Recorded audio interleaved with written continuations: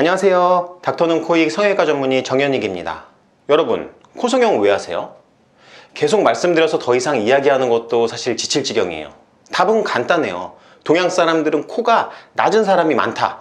코 높이고 싶어서 하는 거 아니에요. 왜 코 성형하는지 아시는 분들이 아직도 귀형골은 어떨까? 인공재료를 수술하면 어떨까? 그거 고민하고 계시면 어떡해요? 이번 수술이 마지막 수술이 되는 게 가장 중요한 거 아니겠어요? 대체 뭐 때문에 고민해요? 코 성형 생각 있으신 분들, 코 성형하러 오시는 분들, 그리고 특히 재수술을 위해서 오시는 분들은 정말 잘 들으셔야 하는 얘기예요. 부작용으로 재수술 하시는 분들 마음고생 그만하셔야죠. 오늘은 제가 코 재수술에서 자가늑연골을 말할 수밖에 없는 이유에 대해서 얘기해 보려고 해요. 요즘에 예쁜 연예인 같은 이미지가 되고 싶어 하는 분들이 많고, 그래서 화려한 코를 선호하는 경향이 있어요. 그래서 재수술 하시는 사례들을 보면은 주로 코끝이 떨어지거나 생각보다 코가 낮게 수술됐다, 이런 경우가 엄청 많아요. 물론 환자의 피부 양이나 조직 두께, 얼굴 비율, 그리고 재수술의 경우 조직의 상태가 어떤지에 따라서 환자분마다 상황이 조금 다르긴 하겠죠. 하지만 제가 자가늑연골을 좋은 재료로 추천드리는 이유는 단 하나입니다. 자가늑연골이 코를 높이기 위해서 필요한 장점들을 모두 가지고 있는 재료라는 것. 재료의 안전성, 강도, 재료의 양, 안정적인 면까지 제가 보기엔 재수술에선 자가늑연골이 여러 가지로 베스트예요. 첫 수술이거나 중경연골, 귀연골 같은 재료로 본인이 원하는 모양을 충분히 낼 수 있을 것 같아. 그러는 분들은 저 역시도 굳이 늑연골을 사용할 필요는 없다고 봅니다. 다만 너무 코가 짧거나 작은 코에서 충분한 개선을 원하시는 분들이나 중경연골이나 귀연골을 최대한 사용해도 지지력이 좀 부족할 것 같다 싶은 분들은 첫 수술에서도 늑연골 사용을 추천드리죠. 그 이유는 뭐냐? 약한 귀연골이나 부족한 중경연골 재료, 그리고 장기적으로 불안정성이 있는 인공재료를 사용하는 경우에는 충분한 지지력이 안 나와서 코끝 떨어짐이 생기거나 생각보다 부족한 높이가 나올 수 있다는 것이죠. 그러면 나중에 또 재수술하게 되겠죠. 이번 수술이 마지막 수술이 되는 방법은 바로 자신이 원하는 목표나 상태에 따라서 알맞은 재료를 사용하는 것입니다. 확실히 말씀드릴게요. 불충분하고 불안정한 재료를 사용해서 너무 억지로 모양을 만들면 재수술하시게 될 가능성이 상당히 높아집니다. 또 이런 분들도 있어요. 원장님, 귀는 2개잖아요.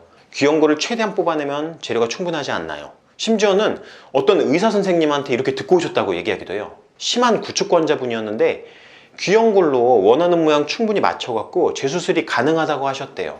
사실 충분하지 않아요. 귀연골 최대한 뽑는 거 어렵지 않아요. 한쪽당 2부위에서 채취가 가능하고 양쪽 다 채취하면 생각보다 많은 양 채취할 수 있어요.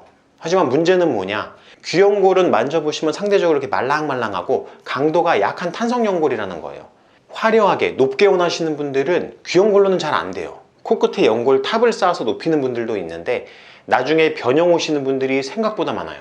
그래서 자리 잡고 나면 기대했던 것보다 상당히 아쉽다고 느끼십니다. 많은 분들이 그렇게 재수술 받으러 오시거든요. 그리고 재수술의 경우 특히 자가늑연골을 추천드리는 이유는 재수술 환자분들 코 열어보면 원래 비중격이 녹아버린 것처럼 흐물흐물거리거나 심한 변형이 와 있는 분들이 생각보다 많아요. 제가 늑연골 수술을 많이 하니까 다른 선생님들께서 조언을 부탁하시기도 하거든요. 근데 제 대답은 똑같아요. 비중격 재건하셔야 한다. 그리고 재료가 없으면 늑연골을 채취해서라도 재건해야 된다. 사실 이 말씀밖에 드릴 말씀이 없어요. 비중격을 재건하는 수술 경험이 없으신 분들은 임시방편적으로 수술이 진행될 수밖에 없죠. 그래서 결국 재수술이 더 심한 실패로 이어지는 경우가 생기는 거예요. 그리고 늑연골을 사용하면 코가 휘어지고 틀어진다고 들었다. 코가 엄청 투박하게 나온다더라.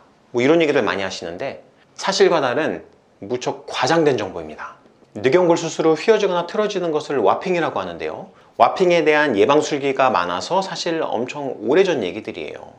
실제로 저와 비슷한 방법으로 통늑연골 재건 수술 많이 하시는 원장님들은 다들 아시겠지만 와핑이 일어나는 경우는 생각보다 별로 없습니다.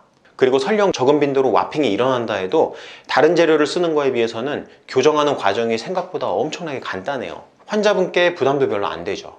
그리고 투박하게 나온다는 얘기는 손재주 없는 분들께서 투박하게 연골을 다듬으면 뭐 그렇게 나올 수도 있겠죠.